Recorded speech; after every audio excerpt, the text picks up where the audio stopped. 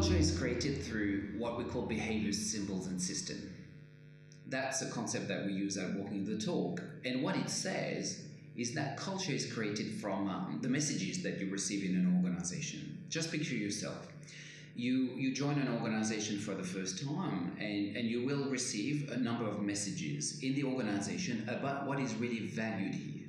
And this is important because there's a human nature to want to fit in. So you will start copying the behaviors that you think are the behaviors that are expected and that will make you fit in. And those messages, you receive them from three different channels, three main channels if you want. And the first one is going to be the behaviors of the people around you. You will be looking at what people do, you will be interpreting what they do, and you will start copying their behaviors. Very simple. And in particular, the leaders. You will be looking up at the leaders, interpreting what they're doing, and then behaving in the same way. The second channel that you will be getting messages from is what we call the symbols. And symbols are often, if you want, a resource that you don't have a lot of and that you need to share. And the way you share this resource will say a lot about what's important here. The two things that in life we don't have a lot of are time and money. And the way the organization shares its time and what it spends its budget on sends a strong message.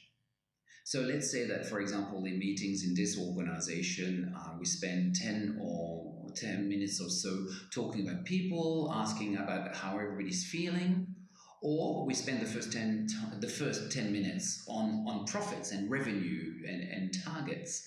That will send a very strong message about what is really important here. Is it profit, is it money, or is it people?